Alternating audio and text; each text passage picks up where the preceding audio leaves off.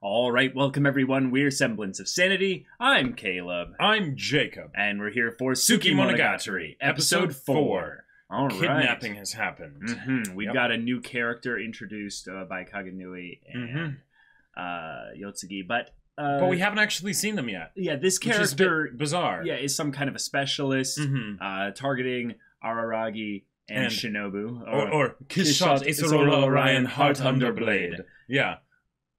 And yet, by kidnapping, the Araragi sisters and Tsuruga, Araragi's in kind of a tough situation because, there's the whole separate vampire thing, but also the whole idea that he can't keep using his vampire powers. In fact, can't use them again if he wants things to be stable. So, what does he do here? And given the fact that, this is someone we haven't actually been introduced to before, how is this confrontation going to go down? Because in Monogatari, anytime there's a fight, there's always some other purpose, other meaning, other angle to it that is tied to the growth and development of the characters. Right. But this is someone we have no previous interactions with. So how is this going to work exactly? They're going to have some kind of a new perspective on things that kind of drives home a little bit of the theme they're poking at in this section of Monogatari. And that is that... Araragi, you need to stop doing everything yourself. You need to ask for help. You need to bring other people in. And maybe in this case, he won't even be a threat. Maybe in that case, that'll be the whole twist, is that he's actually someone that is going to be, repeating the same thing that a lot of the people, including especially the Fire Sisters, have been bringing up. Right. Yeah. If it's something where it can be solved with a conversation, that would be really cool. But I'm not entirely sure how. That's Monogatari. Right. Solved in conversation. At some point, right. But how will that work? Exactly. Yeah. So, y'all, without further ado, let's get into this. All right, everyone, we're going to be starting the episode in 5, 4, 3, 2, 1, now. Oh my god, it's a 33-minute episode. Oh, Ogi! Oh, okay. Huh. All right. This just got a bit more interesting.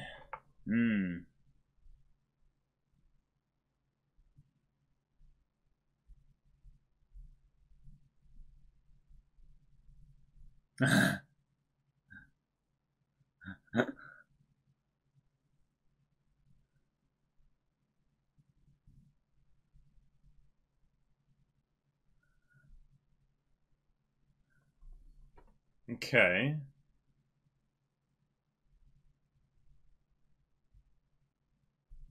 The third person angle from Ogi saying, I thought since Araragi was going to battle, I should give him words of encouragement instead of speaking directly in second person, meaning I should give you. Sure. Well, and then there's also just the foresight angle of the fact that she was waiting there the entire day. I mean, yeah, but this is Ogi. I almost think in a lot of ways what Ogi has to be is kind of the ultimate aberration.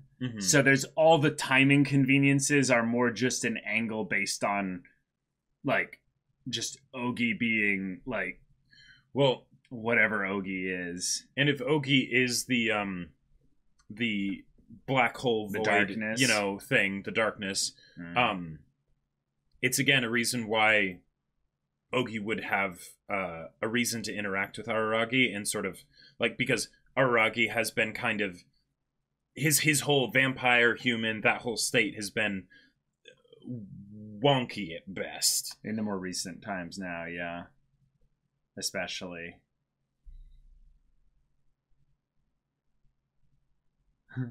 I love the way it says fureba. It's like saying flavor, but Oh, nice. Even that's not what it's saying, but yeah.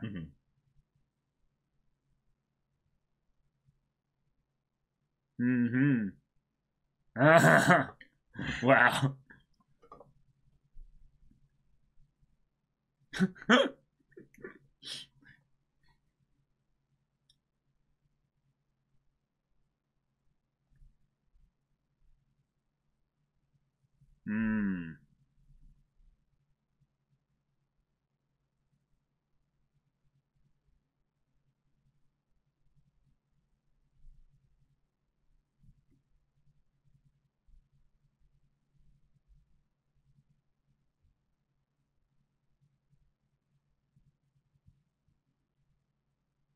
Hmm. Mm-hmm. That's it. Yep. That's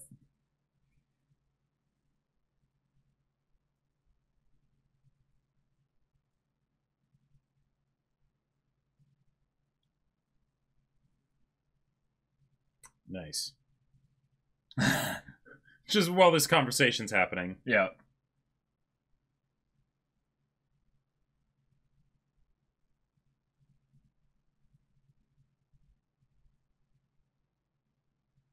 Still the third person bit. It's creepy. Mm-hmm.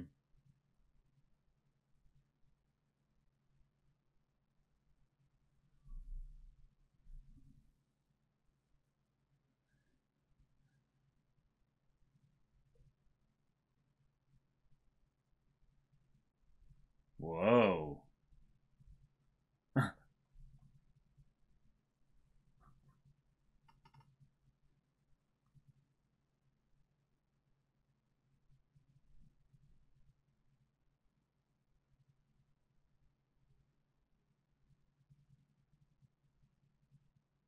Huh.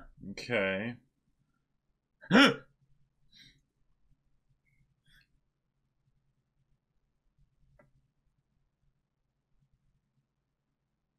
Oh, you're chastising him for that? The thing that everyone's been telling him to help, like get help from other people? Uh-huh.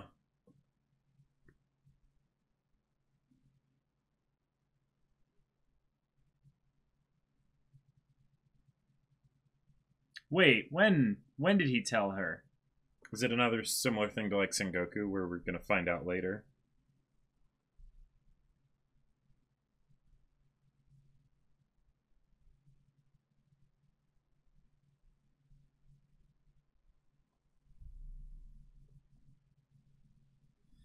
Hmm.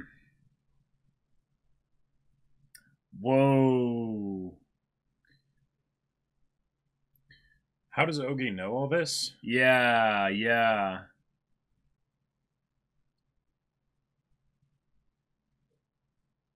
Or the connections, maybe?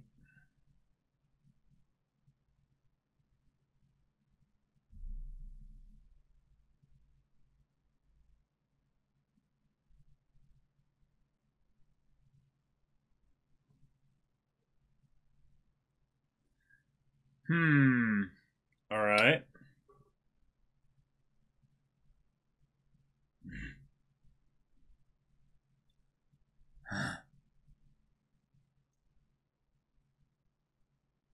Nothing, just foreshadowing. Just predicting random things. Just like us, yeah. Right, which is the whole darkness thing.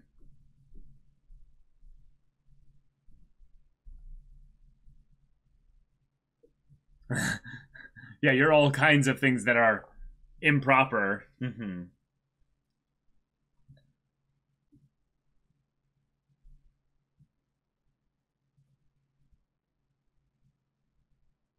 Hmm.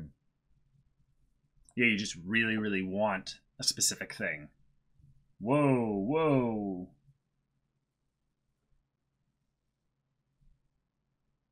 Whoa.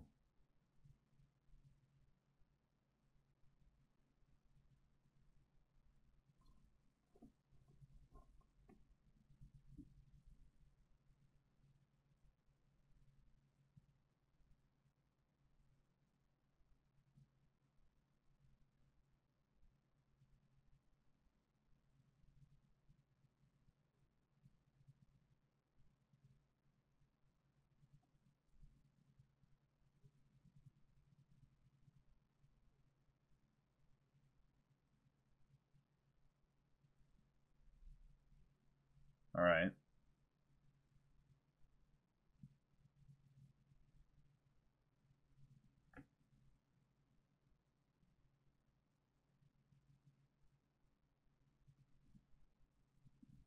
Hence the doll master, right? Mm-hmm.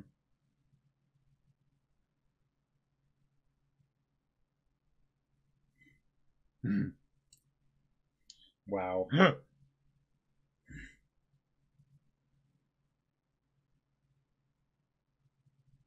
Okay.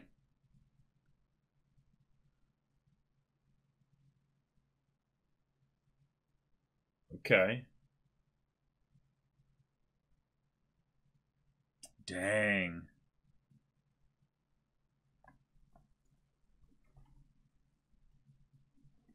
They had disagreements over you? Okay. Ownership. Sounds like a divorce.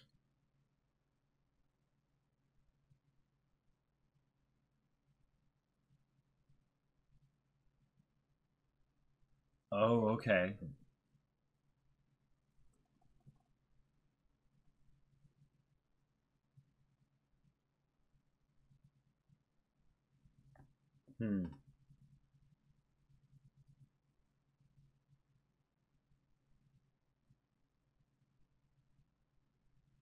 Okay.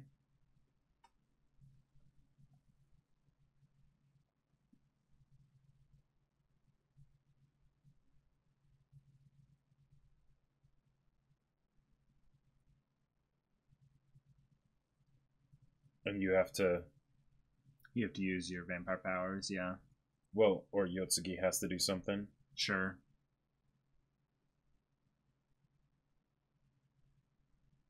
Oh.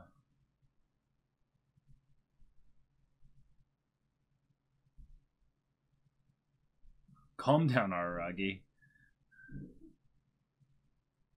Wow. Oh, wow.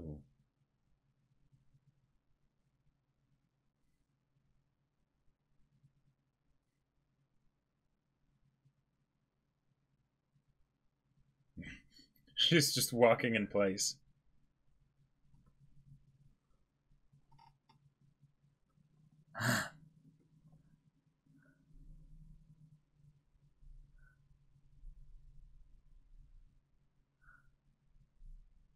Sure. Exactly. Yeah.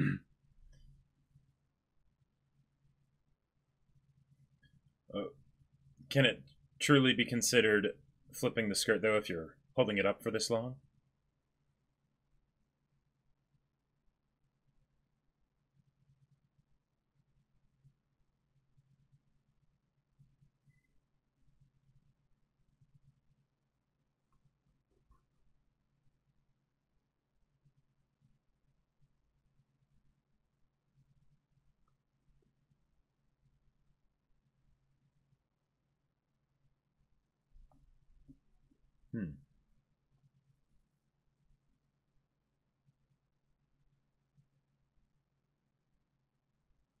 He'll have to talk to Taratsuru.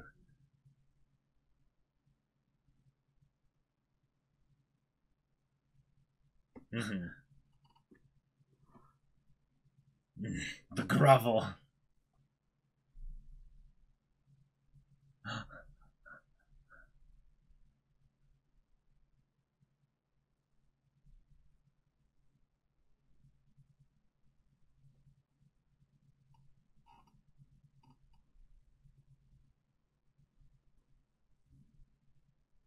Yeah. Mm-hmm.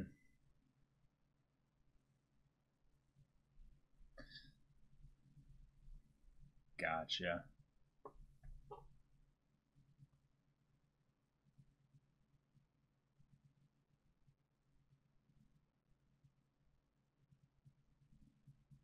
Oh.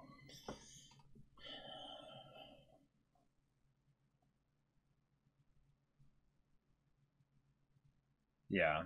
She's way more important to him, just naturally.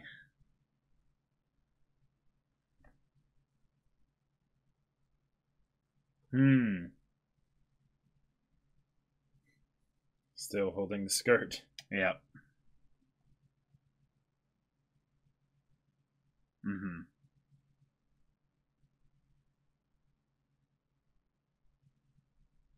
Sure. He's willing to let go. Unwilling. Yep. Right.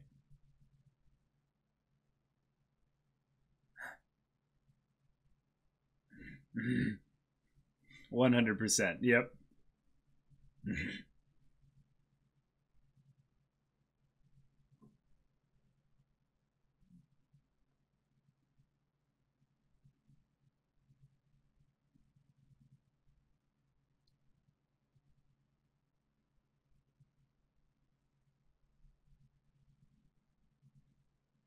So you just randomly teleport him just somewhere? Oh. Oh. Jeez. That is a good point.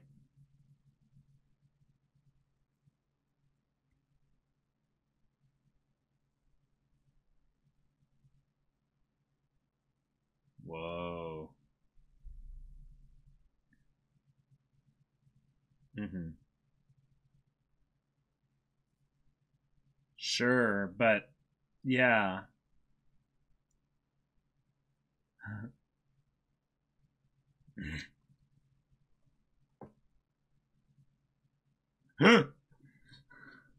The zombie will get sick. Yeah. Yeah.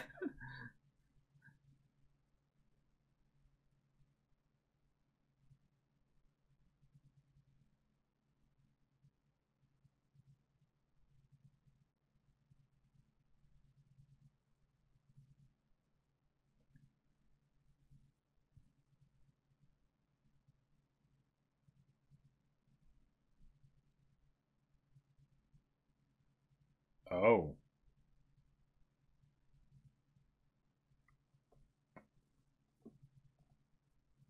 Oh, dang. Alright, so here's Taratsuru.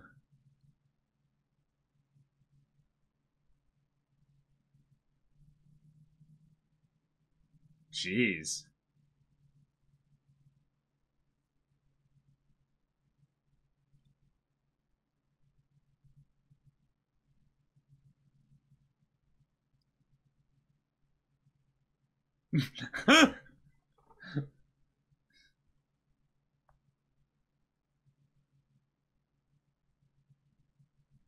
Okay.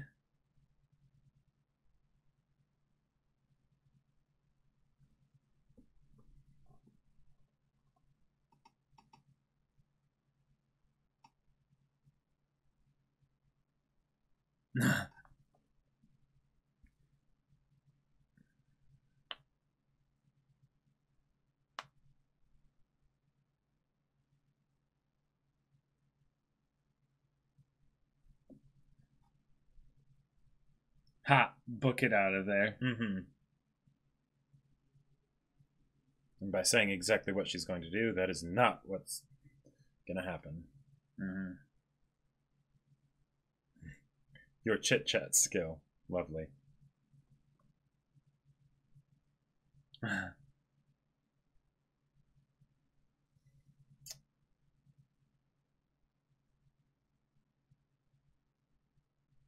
Understandable. Yeah. Mm-hmm. I don't hate.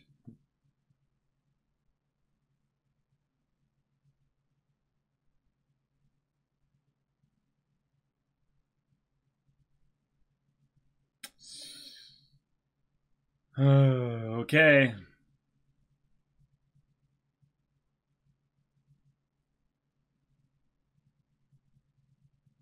Is this actually Kira Kotomine?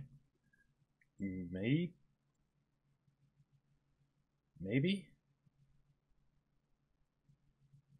No, it's not.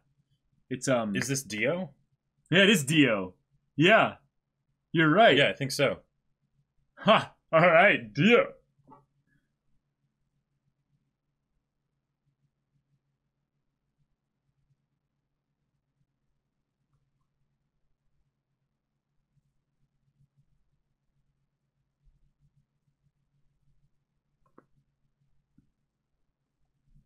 Whoa. Okay.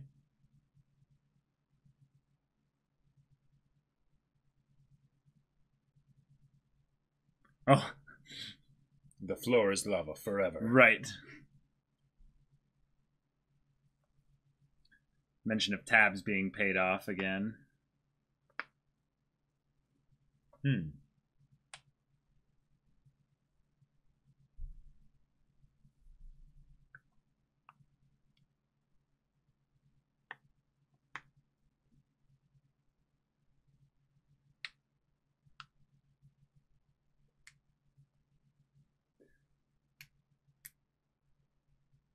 Oh.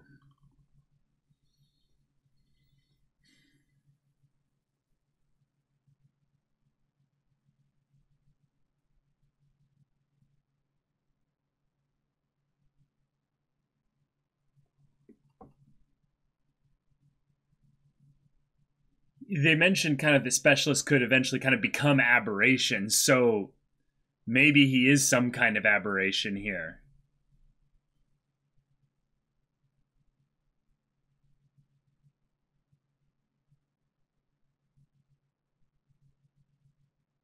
Wait.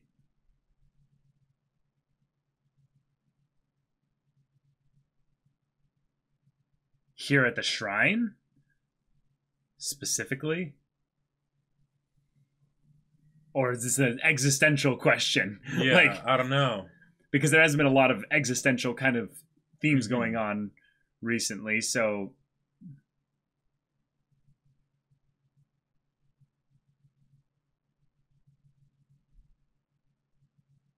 Gotcha.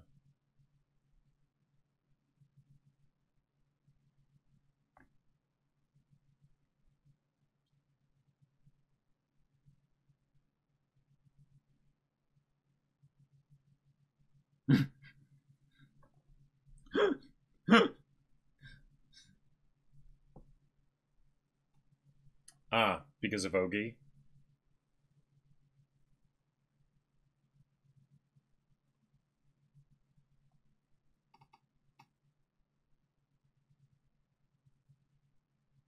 Yeah.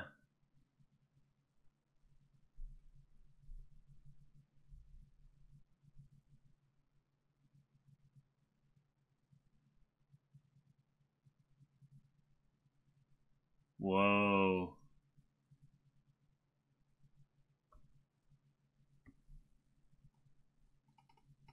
Okay.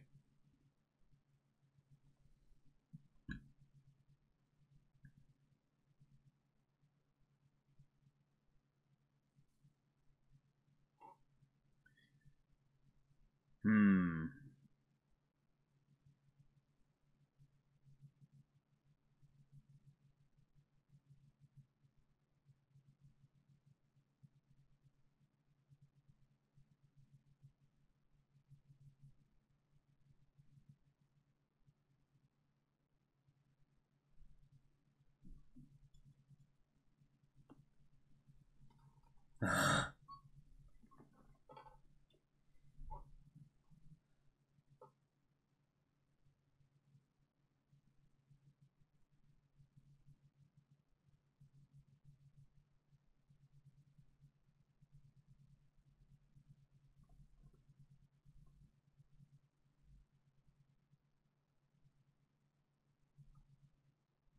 Whoa.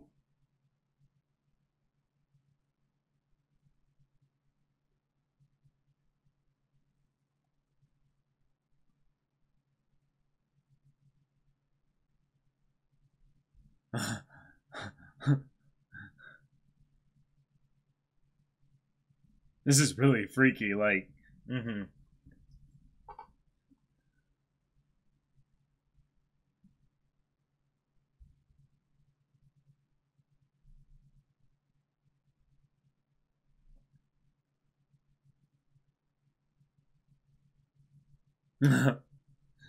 Once in a lifetime, okay?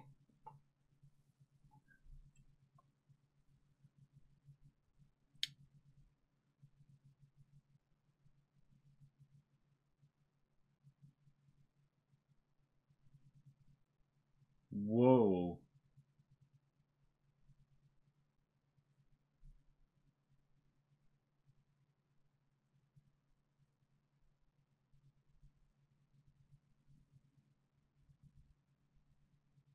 Well, rest in peace.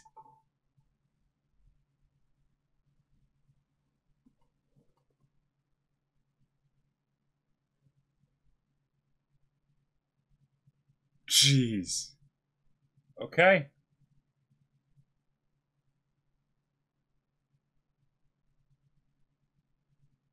Yeah, we know. Uh-huh. You did the improper thing. Mm-hmm. Because you're free. You're a person, yeah.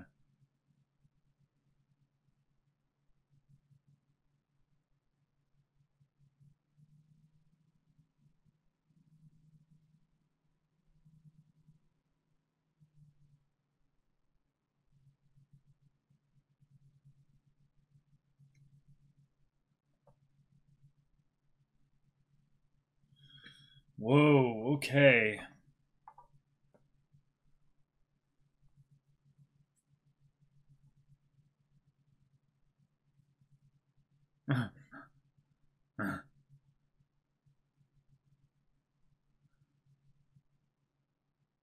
Oh.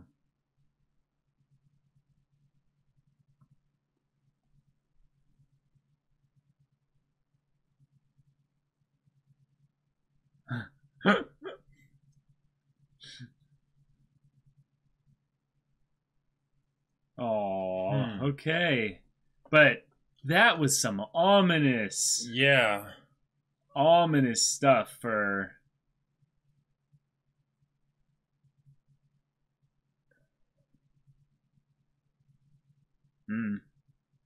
Okay.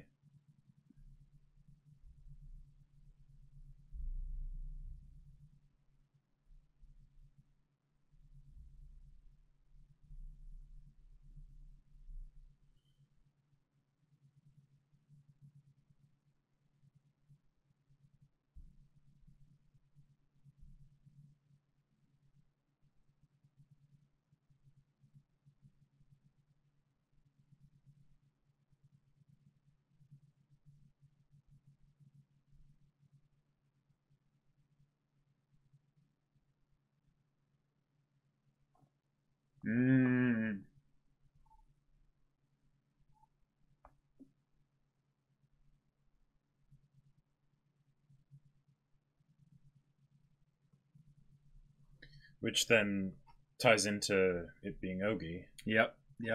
Like, definitely. Ooh! Hey! Whoa! Ah! Oh, yeah! Yeah, Valentine's Day! Did you see it? Oh my gosh. Ah, Sejigara, I'm wearing the wrong shirt! Yeah. Oh, she's like, I'm so cute. Oh my.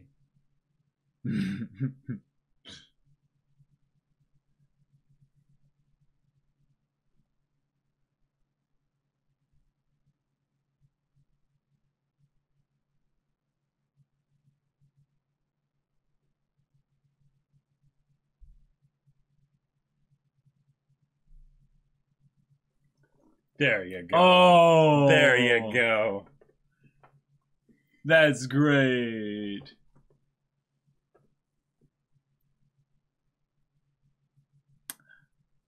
Good man. Good man.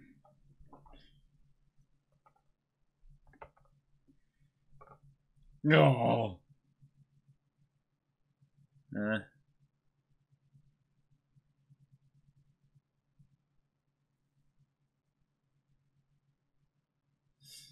Oh, okay.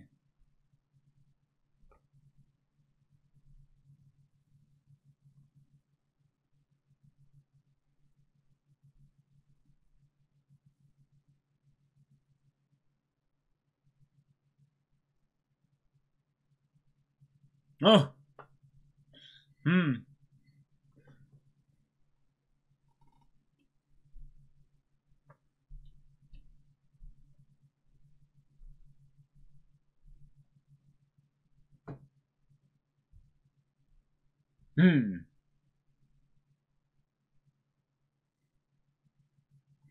Right. You don't have to be proper. Hey. Yeah, exactly. Yeah. Oh.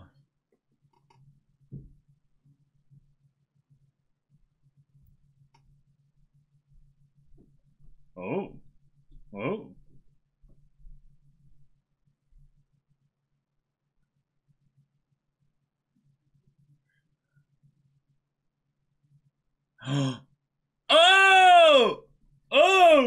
Oh ho!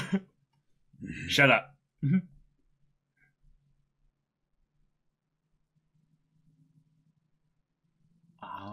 Oh my. Yes. Oh. Wow. And she's here! Wait!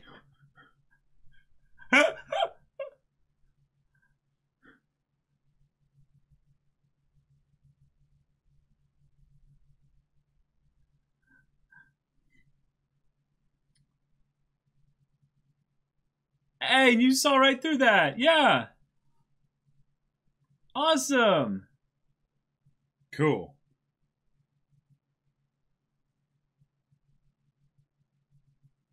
Oh.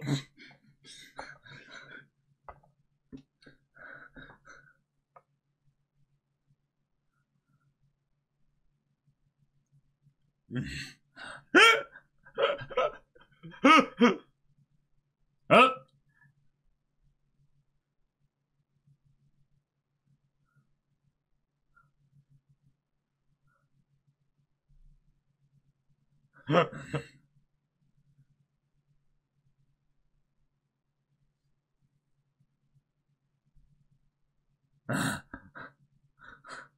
Okay. All right.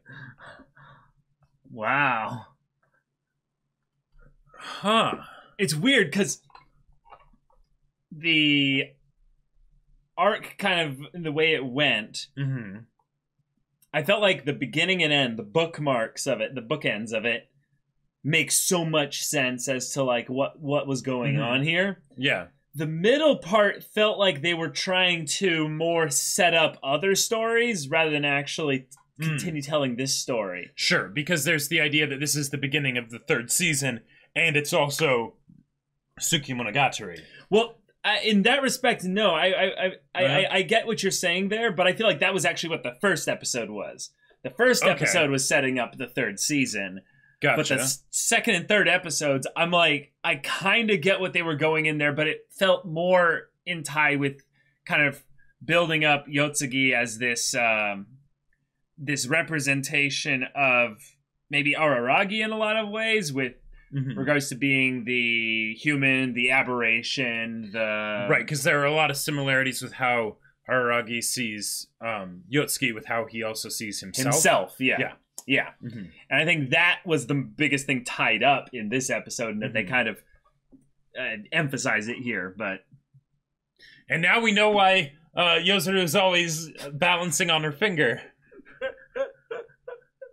All right, we got ourselves the ending of Tsukumonogatari, and this was a really jam-packed episode. Yeah. I mean, it was a long episode. It was a 33-minute there. But we kicked things off with freaking Oshino Ogi. And so I felt like this was the most transparent in a lot of ways that Ogi's been. Right. Maybe in some ways, like, there might be another one, but like this felt like supremely antagonistic to the growth that Araragi is supposed to be going on. It seemed like I'm going to give you some words of encouragement. It's like, no, this is like full-on manipulation. Well, and then this also is really just bad. And then also all the things of like, oh, why is what's his face dude that got Tadatsuru, you know, why is he doing all this stuff? Is there someone sort of like manipulating him, pulling the strings, orchestrating this? Like, and it's like, I wonder, who was someone else that was in this very episode that was being very manipulative and all that stuff? The only reason why I could see it being anyone other than Ogi is if it was like Gain. But I don't think it's Gain. They literally spelled it out now. Like, no, it's nothing to do with Gain. Right. In a lot of ways, Gain is constantly having to react to the things that happen in this episode. Because if you have someone who knows everything, there's no conflict in the story. So, well, anyways, the big thing is like this is Ogi.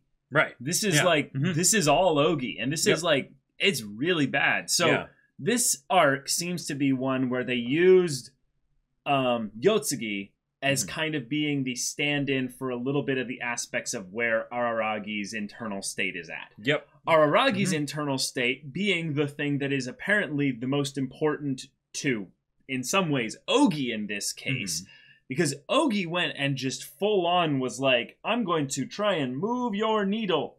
I am going to push it. Am I not being obvious enough yet? Yeah. And as far as a character, Ogi's been one that is just kind of like looming in like really specific like key moments. Obviously mysterious, and like don't trust her as far as you can throw her, or even as far as Araragi can lift a skirt, which is apparently pretty high. But with what we got with Ogi here, there's a lot of new things that I think need to be added into the cauldron, so to speak, of that is what the amalgamation of what Ogi is. Because Ogi is not Oshinomeme's niece. That is just no. Not only are they really not that, they're potentially the darkness, right? But they're also not potentially as well. Well, I want to go into like that beginning scene there, because there's a lot of things going on here that just make me go, huh, nope. So Araragi is basically about to go have a confrontation. Yep. He's about to go solve a problem with using his in some ways a combination of the things that his sisters have been saying. Hey, good. Yeah. Get help from other people. Yes. Yep. Which is funny because they, Kaganui and Yotsugi kind of were like, here, take Yotsugi. Like, let her help you. Right. What does Ogi do? Oh, you're relying on a little child's power? Pathetic. You're pathetic. I like being mean to you. Like, this is a good thing we got going on here. Right. Like no. Ogi is antithetical to the main theme of what they're setting up here with the sisters and just everyone. If not for the fact that Ogi had interacted with Sengoku specifically, I would think that that Ogi was almost like a manifestation of Araragi's self-hatred and everything. Well, like there's got to be something there within that, because what Ogi is in the story, not in terms of what Ogi has to be as a narrative literal kind of thing, right? But as a narrative literal thing thus far in the story, Ogi has been an insight perspective of sorts into a lot of different characters, like specific sides. So I would say that if anything, Ogi represents kind of that darkness that you were kind of drawing the connection towards at the end of the episode that we saw as the Force, that big amalgamation of aberration, just stuff. But that's too plot reliant. That's too much in my opinion of like a limited thing. Right. What does it represent for the characters as individuals, not just as some balancing force or antimatter whatever of the universe? In some ways, Ogi almost represents that little bit of dark, I would say, chaos of kind of that bit. When you're doing really well at a thing. When you're just, everything is going smoothly, and then you self-sabotage. Sure. And that is Ogi. And I will say, it does make sense for that to have been something that that Sengoku would have had an interaction with, because of the kind of person that Sengoku is, and specifically was at that point in time. Yeah. Now, the issue is that when we see Ogi, we're seeing like there's a couple different angles we see to Ogi. Like when Ogi was seen with Suruga was a boy. Every other time, or Ogi was. Did I say Suruga was a boy? Yeah. Ogi was a boy. Right. In this case, Suruga's a girl. Yeah. So there's already basically the thing of the story saying Ogi is not what they seem. Ogi is not necessarily a character, even, if you will. Well, yeah, I mean, just Ogi is an aberration. Well, yeah, just Ogi the fact that Ogi has the black voids for eyes. Yeah, there's all kinds of things in the design that make no you hands. Right. There's all kinds of things like that give us those kinds of clues. But then when we actually see Ogi doing things, Ogi is in very specific key moments for characters as they're about to overcome or I would say as they're about to run into a problem, Ogi accelerates or almost exacerbates the problem. Mm-hmm. And in this case with Araragi, it's almost like clear as day. Ogi has information about Araragi that is like way too specific, yeah, way too much in the past as well. Well, yeah, like the only person that Ogi could have gotten that information from other than Araragi is Hanakawa, and I don't think either of them would really be talking about that. Yeah, because this is pre-Shinobu. Right. Like maybe through the connection that Araragi and Shinobu share, Shinobu would also know about it, so that would be another person that could have given the information up. But yeah, so yeah, I think if anything, or Gain, I suppose, since Gain knows everything. Yeah, I think that it's not really as important as to how Ogi knows this information, but why. Why would you give this information? I think thematically, what does that mean? Yes, is that Araragi was coming to Taratsuru to protect his sisters, to save them, and Suruga. Yotsugi was going to help him, and she gave a bunch of plans, right? Right. This is post-Ogi influence, by the way. Araragi says, no, screw all your plans that have you helping me.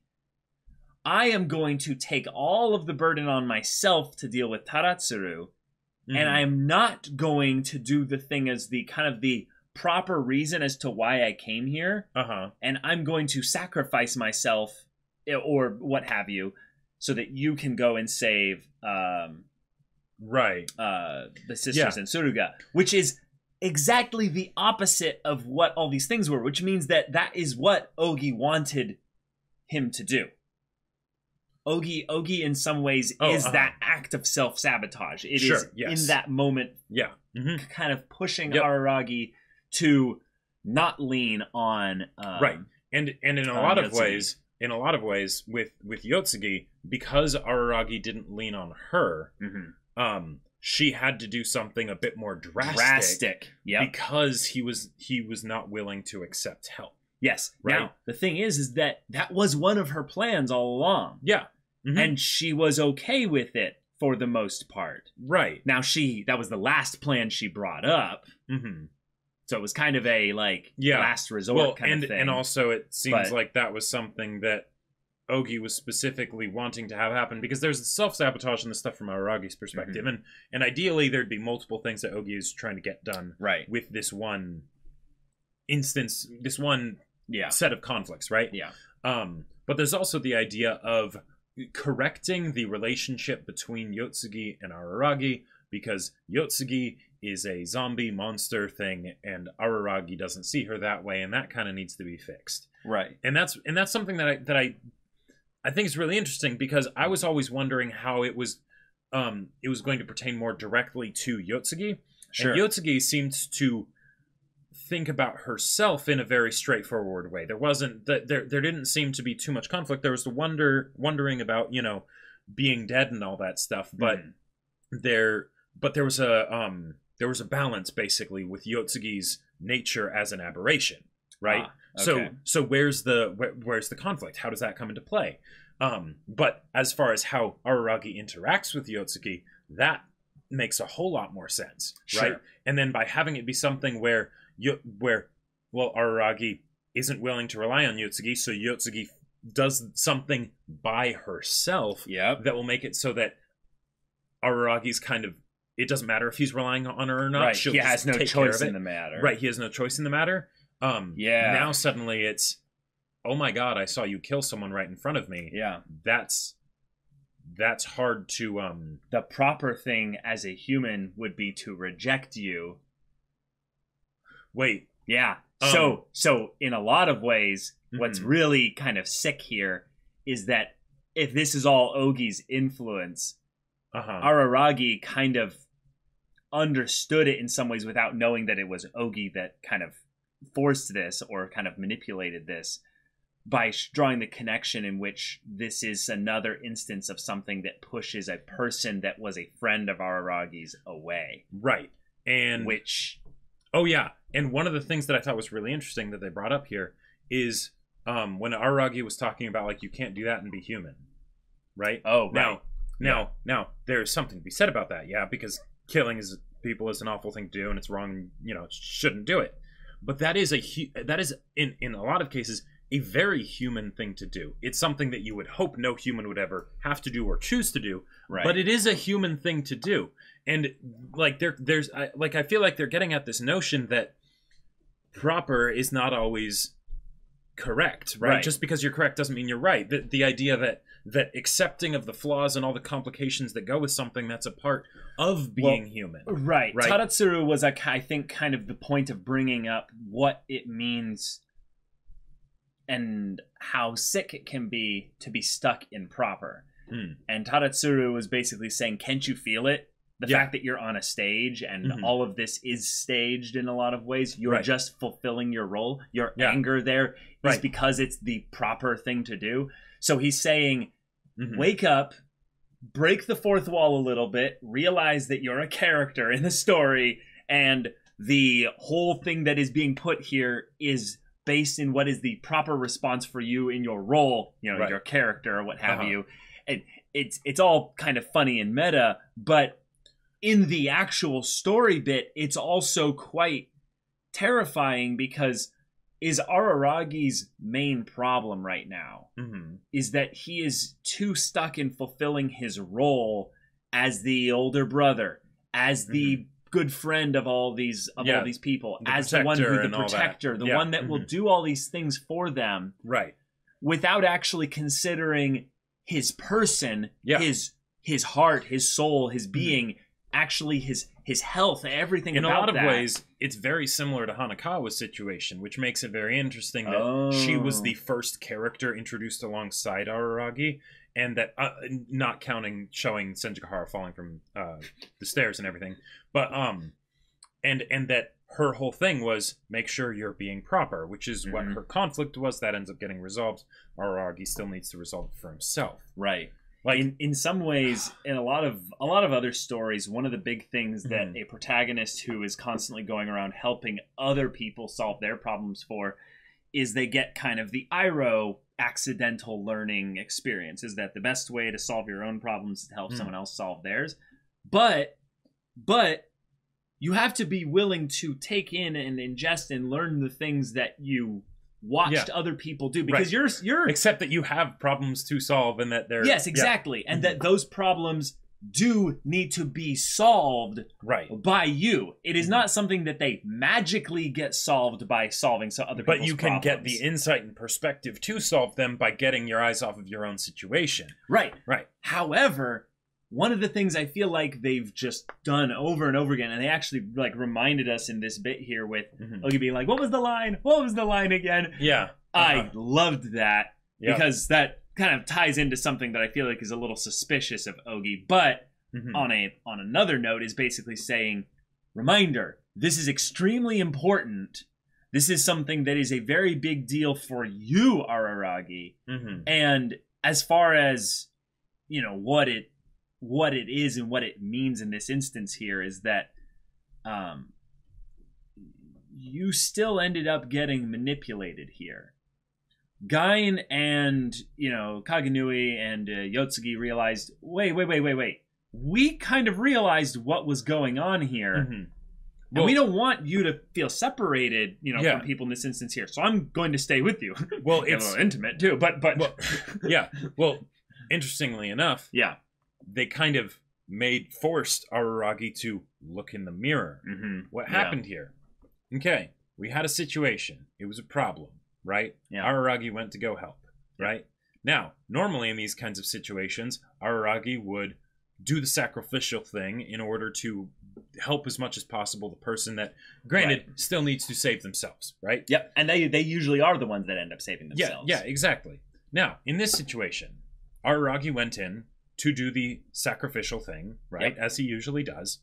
And despite all the times that people have been telling him, no, rely on other people, don't do it like this, right? You don't have to do everything yourself because it'll wear you out.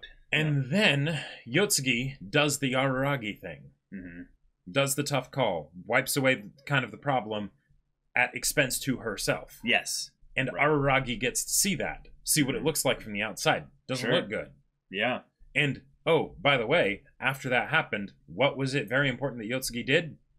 Take care of herself. Mm-hmm. Surround herself with other people that care about her. You know, to make sure that she is doing okay, right? Right. Not just her relationship with other people, but herself as a result of the relationship with other people, right? Yeah. So I have to wonder actually if that's more the bigger point, is that this is Yotsugi's story, and Araragi is a thematic parallel to it, but the fact that at the end Yotsugi is wanted and desired by tons of people, and they're kind of smothering her with affection, you know, in a weird way, but it's more maybe for the comedy of it, and that aspect of being like, oh, yay, you know, like, I'm enthused, you know. Like, I love when he lifts her skirt and she's just like, wow, like there's so much in that of just like, as expected of Araragi senpai. Okay, like, all right, we're doing this. Oh no, sorry, Oni-chan,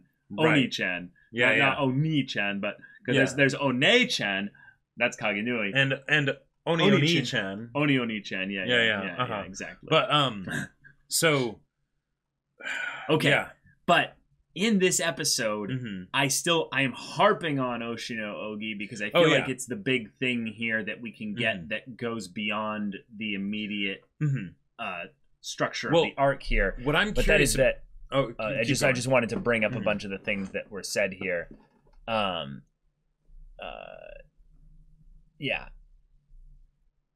So one of the things that I'm really curious about is, given that, so the biggest reason actually that I've doubted whether Oshino Ogi is the darkness is because that seems too simple, right? And Monogatari keeps things very, very complicated, especially with regards to misdirects and not knowing what the reveal is going to be necessarily exactly, even if you have some idea before the reveal happens. And Ogi's been around for a while, so if that's the reveal, it seems like, so just hear me out for a sec. So that's the main thing where I'm thinking that it's something different. There's some angle maybe that we haven't realized that Nisio-Isin is going to do with Ogi as a way to make it so that Ogi is not only the darkness. So that there's some aspect where so pull back a little bit. Yeah. Just take this scene with me and go with me on this here, in that forget everything we know of presuppositions, take it all, throw it away. Ogi contradicts herself here, like in the actual aspect of this conversation. It's something where it's too pointed to be anything but manipulation. So oftentimes when someone is manipulating you, they will end up kind of agreeing with you and dragging you a little bit in the agreement of sorts to come to a conclusion because they've deigned you to be an agreeable person because you agree with them. Right, and then they'll basically say this is why it can't be that, even though I agree with you. Even though I agree with you. And then therefore it must be this. Yeah. Right. This is actually a really common thing I've noticed when someone has been manipulated a lot in the past, is that they don't like it when other people agree with them too easily. Because then they suspect on some level that there's about to be some kind of manipulation. So Ogi brings up the idea that, like, where's Shinobu? Or rather, your usual young blonde Lolita slave. Yes. But where's Shinobu? Didn't you always have to do couldn't you like only do things with her according to the setting? Right. So relying on Shinobu. Yeah. And then, it's good to be able to rely on others' powers. That choice of choosing powers rather than just being able to rely on others, already kind of setting up Aragi's powers as being something that's good to be relied on. Yeah. And then, you relied on them too much, didn't you? My uncle said it all the time. Wait. So, okay, we're going on with this, and then saying, let's see, the line. What was the line? Yeah, the line here. I do find it rather kind of tricky here. That there's this idea like it's not Shinobu. Oshino Ogi basically kind of has this like, yeah, like I have no idea what I'm doing. I'm just a little chaos machine. I just go around doing things. What is the thing? It's like, Araragi, say it, say it, say it, right. Say the thing. Because when you tell someone something, psychologically, it's very different than when they say something, right? Even if they don't necessarily agree with the thing that they're saying, the fact that they say it is important because the mind and the body don't like to be out of sync. And here, like this feels like a salesman line where they're trying to like sell you on like a car or something like that, and they're like, oh, what kind of car do you want? You know, like you know, and you probably want a car if you're in a car lot, but you know, the idea that it's basically getting you to say that you want a car, this is the car you want, therefore then if they offer you that car, you will say yes, right? Yeah. There's just a lot of creepy aspects of what Ogi is saying here, and there's a little bit in the middle between this that I'm kind of skipping, and it's a really good dialogue stuff, but I feel like it's not exactly clear how it connects to the rest of this there.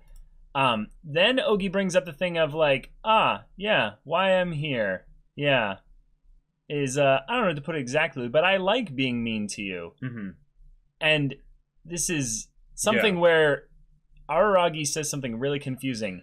You like lean what? Now, that's probably a lost in translation. It might be a lost in translation kind of joke. Yeah. But I feel like almost on some level, there's some part of this where Araragi just kind of accepts a little bit too much what Ogi says. Kind of just takes it in stride and keeps going without really questioning it. And the one time I see Araragi kind of questioning things here, is it supposed to be a wordplay joke? Or is it something where he's actively ignoring kind of that line? Like also at that point, it shows a tree that's bent all over almost to the ground. Aragi's the tree, right? Yeah. So, it brought up the whole, and I don't like things that are mean to me. I like the scale. I'd like to be fair. The scale balance. That could be the thing more towards being the darkness, which would be pretty obvious if that was it. So there you go. That's probably part of it. And then Ogi's like, well, really, you still rely on other people's power even now, Araragi-senpai. Another person, a little girl, wasn't it? A little girl, borrowing the powers of a small child. It's pathetic. Yeah. But you just saw it for yourself. She isn't a normal child. It's like, I know, I've been told before. Then we get into basically the idea that Ogi knows a bit more than she should. And then Araragi's even now starting to think like he's actually a little bit confused, but he's not confused about the fact that she's literally contradicting herself, saying, why did she say a small child at first? Like, well, see you later. Just moving on. Yeah, and the whole fact that this conversation happened and took enough time for Yotsuki to be able to build 2 snowmen is kind of interesting considering the fact that, a bunch of snowmen, is a bit interesting considering the fact that Araragi knows that he's on a timetable. Like he hasn't seen the box with the origami and all that stuff yet. But I think that timetable thing is more of an example of the manipulation, in that maybe even Yotsugi is kind of, Araragi's kind of assuming that. What do you mean? Based on this? Well, Araragi's like, maybe that origami thing has something to do with there being a time limit. Like once it fills, then it'll be too late. And she's like, yes, absolutely. How did you know? That just seemed almost more of a. Gotcha. It seemed too artificial. Okay. But with this here, why is Ogi completely like switching tones in the middle of this, having moments where she's like, or Ogi, they or what have you, like remembering things or focusing on certain things here, like changing up kind of in some ways what Ogi knows or what have you. It's just, right. I have no idea. I have my suspicions, and because of the way that Ogi was introduced, and we've never really seen Ogi with any kind of personal desires in the traditional sense, or wants, or struggles or conflicts. I feel like it's a blank slate. Like there's a part of me that's wondering if there will ever come a point where we get like an Ogi-centric arc and then Ogi makes sense, you know, kind of a thing. But even then, Ogi has been keeping so removed from all the characters that I don't feel like that's ever going to happen. Well, what it all clearly has to be on some level is an element of foreshadowing. Because until Ogi has some kind of resolution, all of this is just more build-up. It's characterization. It's, you know, whenever a character is on screen, they can either be characterized or being character developed in some ways. They're either being unveiled or they are changing. That is really all you can get. You know, if the writing is, you know, good. Even if it's bad, you're either seeing them dig down roots either deeper or just longer in the way they are, or change in some way. Yeah, you know? And I think in some weird ways because, Ogi is like the darkness in a lot of ways. Right, even if Ogi isn't actually the darkness. Right, I feel like the parts in which Ogi changes are not actually changes of development. Yeah. They are characterization in a way. Yotsuki even had a point where she was like, "Oh yeah, Ogi's totally not the boss, like the final boss of this story and all that stuff." Yeah, can we go back to that point there? Like, what was that exact thing that Ogi said? I think it was when they were walking you mean through Yotsuki the maze. said it. Yeah, Yotsuki.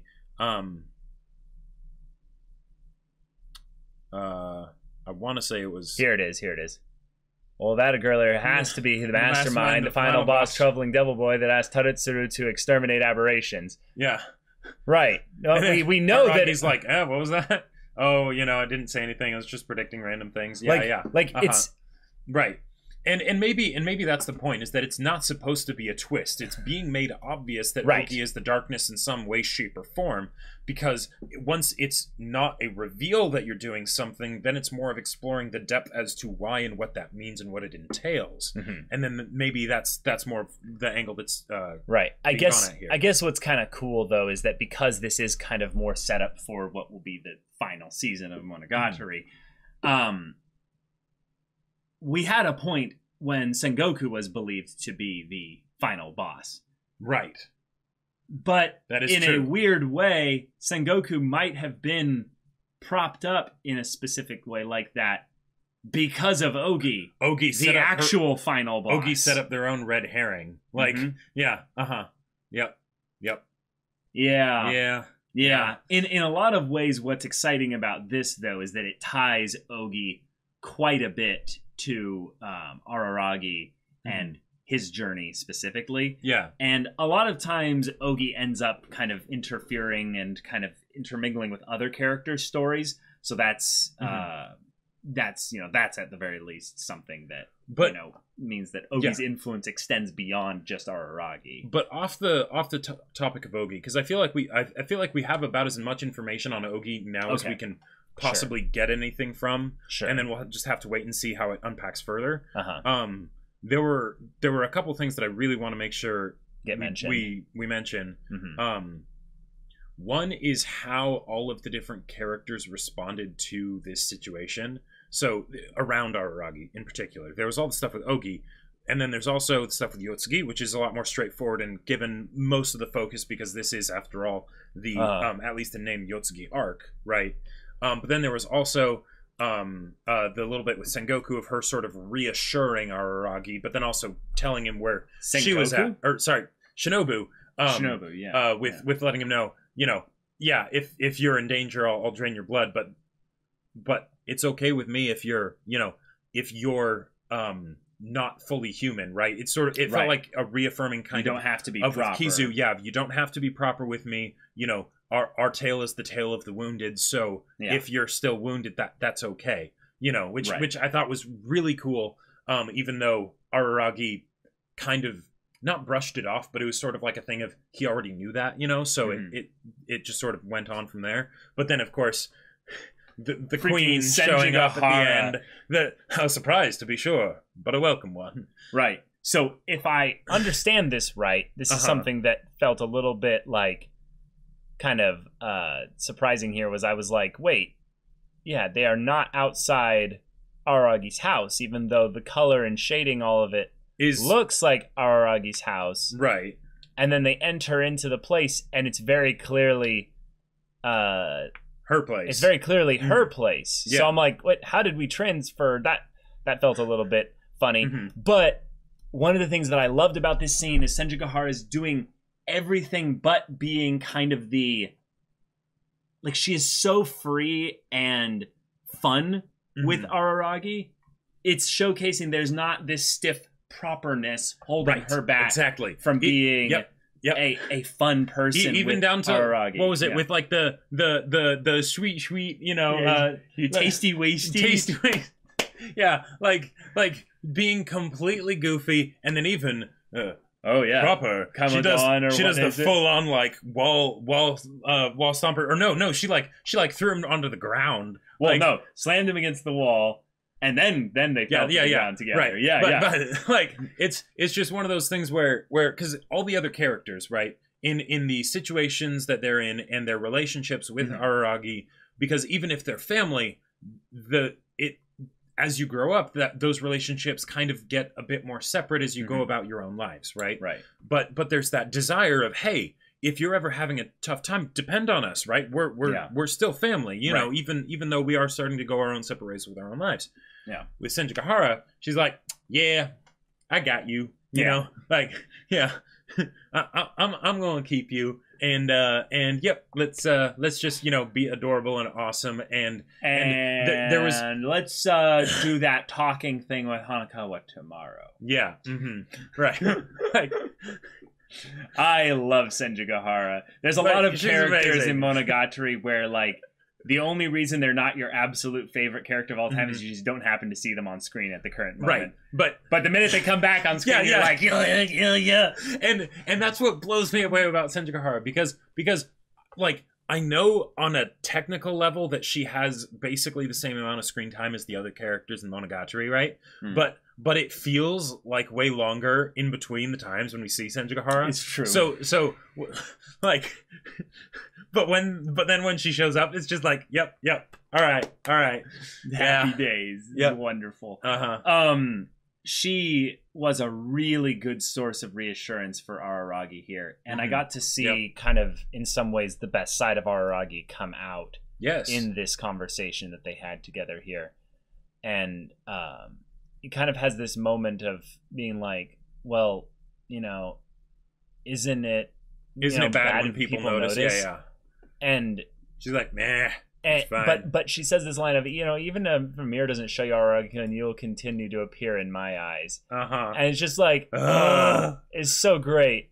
And now, what's great about this is that Araragi was saying, like, but that's kind of improper. Like, that little thing of me not being in front of a mirror, that's not normal. And then she's like, you are already so important and valuable to me. Don't worry about that. That's going to be fine. And then she, like, completely jumps over to, then you need to think about what you're going to do moving forward, which, hilariously enough, I think is just bookending it to her to repeating exactly what the Fire Sisters were saying in the first episode of this. And she's saying that after kind of having to, you know, kind of be awesome and dissuade his worries a little bit about this. But a lot of people wouldn't jump into that so quickly. The idea of, you need to be doing a thing. Meaning, it could sound like Senjigahara is being, now, you need to get proper about this and get your life in order. But in some ways, she's saying, anytime you're thinking about what will other people think? Properness and fitting into confined things and conforming or what have you. You matter to me. And because of that, everything I'm saying to you has nothing to do with the proper angle of it, is because I love you. And I'm just like, that's it. It's so good. One of the other things that I loved about this is that from the perspective of the people that weren't quite as close to Araragi, there was this element of more concern that would come in with when they would bring things up, and not because they were worried about him, they were concerned about him, and so they would bring it up in their own different ways and everything, and because they're trying to make sure that he knows that they care about him and that they're concerned about him and that he should take care of himself. When Senjigahara says this, it's so completely relaxed, right? Like, she is not worried at all, because that's and it's something that I think is really important, because in a kind of a similar way to how things were with like Kizu and things like that, where when someone's in a tough situation, when you don't pity them or kind of like look down on them in that sense, because people are the only ones that can save themselves. Mm-hmm. When you acknowledge that in your own mind as well, that they are able to save themselves, people can pick up on that, right? And if it's the other way, and you don't think they can save themselves, they pick up on that, right? Yep. And that can be absolutely crippling. So Yep. I love how Senjukahara is basically just, yeah, no, not only do I absolutely love you, but I absolutely believe in you. Yeah. This is kind of what you need to do. You need to think about the future and all that stuff, but you got it. Yeah, you got it. You totally got it. Araragi talks about the idea of, wondering if this is going to be something and it'll stay like this forever, mm-hmm. and how he's not necessarily okay with that. And then she's like, well, why don't you get a second opinion if that's not a reliable, source or what have you? He says, no, the unreliable thing is how I live my life. My normal life, the life I can live doing what I've always done. Mm-hmm. I'm not sure. He's like, I don't know how long that's going to last. That's the only thing I can say for sure. That is a really depressing, defeated line there, because what it's still sounding like in a lot of ways is that he's not actually fully taking in what she's saying. And then she goes on this little story here where you can already see that the things formed in her mind where she's like, I am going to sex the hell out of this guy. Because she's already like moving away, and she's like, Araragi, Kaiki was the kind of guy to show off by saying things like that. Peaceful everyday life, how relationships will continue forever. These are things he never thought about. You could say he didn't like his life to show signs of living. Well, I was mistaken to think a stance like that was cool. But if something like that is cool, I think you're fine being uncool. Yep. It's just... And then she basically kind of throws the, wouldn't Hanakawa, say something like that, Oh yeah, being like proper. Being proper and everything. Mm-hmm. And she's just trying to drive it home that, like, it doesn't matter. It's okay. Yep. And then he's bringing up like, well, yeah, Tadatsuru kind of brought up something like that. Maybe I should. And he just keeps talking. Just stop talking. Stop talking. I have a favor to ask. Please do that tomorrow. Yeah. And then we cut over to Yotsuki, Karen, and Tsukihi. Uh-huh. I loved that scene. That was so great. That scene with Senjukahara. Oh yeah, I mean, was absolutely perfect. Like, every time that she's on screen, it's like one of my favorite moments in the episode. But it's been a while since we've seen her with Araragi. Yes, that is true. That is very true. Mm-hmm. Yeah. So it was nice to have this. Yeah. Oh, Tadatsuru though. He dead. Not only is he dead, but I like that there was no fight. Mm-hmm. There was no real confrontation even of sorts between him and Araragi. Like, he was kind of threatening him a little bit. Yeah, he was squaring up to fight towards the end, but it was... But the way they were talking was very much like he was like, trying to help Araragi in a way. Well, he was trying to help Araragi, but it also, like, all the fourth wall breaking aside of, like, you're a part in a cast and all that stuff, and we were cast to do this and everything. The way I love how meta it was from the perspective of Monogatari as well, of him basically talking about how the fight itself was pointless, right? Oh yeah, it's not about the fight, right? Why is it that we're here? Not the kidnapping of the sisters and all that stuff. That's the motivation for why, like for everything. But why? But right. One of the things that is a tough kind of question that I think a lot of people need to ask at some point when they're going through a tough place is asking, why are you here? And I think when you're in a really tough place, that's actually a kind of an awkward question to ask in the metaphysical existential sense. But I think when you think about it in the literal sense of, why do you exist right now? as opposed to not existing? Why are you not here? Yeah, for what reason? You're here. So what are you going to do about it? Right. Mm-hmm. There is a fear, basically, that if you were to fully realize your presentness, you would take the present more seriously, and it would require so much more energy investment, and that just sounds exhausting to someone who's not in a good way. They're just trying to basically hold on tight. Mm-hmm. But in this case here, I think what Tadatsuru might have been saying was that, yeah, we were manipulated into this situation, but think about this in the positive kind of sense. There are other people who have energy invested in us, and they are the reasons why we're here. We might be the only ones that can save ourselves from the manipulation of this event and the things that are going on. But if you think about it, Araragi's only really alive or just around because of other people. That's not an end all be all statement. It shouldn't be, or at least I wasn't intending for it to be. Right, but I verbalized it that way. Yeah, it's like, I feel like it's one of those ones where it's not 100% right, but if you take that as that's a perspective that can give additional information. Well, I'm just wondering, why is Tadatsuru asking the question? Is he railing against the idea of the manipulation itself, and he's just frustrated by it? That, I think, is the majority of it. Yeah, I think that's the majority. Yeah. But is he also potentially trying to help Araragi in this instance there? Right. Mm-hmm. How is he trying to help him? Because just railing against the frustration of it doesn't necessarily help Araragi. Well, he's trying to draw attention to it. Well, look at this. Ask this question. Mm-hmm. One of the things that he said that kind of stood out to me, and I'm almost positive he said it, but there was a lot that happened this episode, so I could be wrong. Mm-hmm. But he was talking about how I couldn't even use the appeal of the fact that you are no longer that you're harmless, basically. Right? Oh, hold on, I can bring this up. Like the idea that basically it's like, yeah, I know you're harmless, but I was put up to this. So why was I put up to this, right? Why have you been put up to this, right? Mm-hmm. Because that's something that I really liked about how they characterized him, even though he was there for such a short amount of time, because that's that awareness in spite of the stubbornness. Yeah, the acknowledgement of your harmlessness doesn't work. And I still have a full sense of aesthetics. Right. He's like, so I'm not totally tasteless, and I'm aware that you are harmless right now, but that's still not quite enough, right? Yeah. Yep.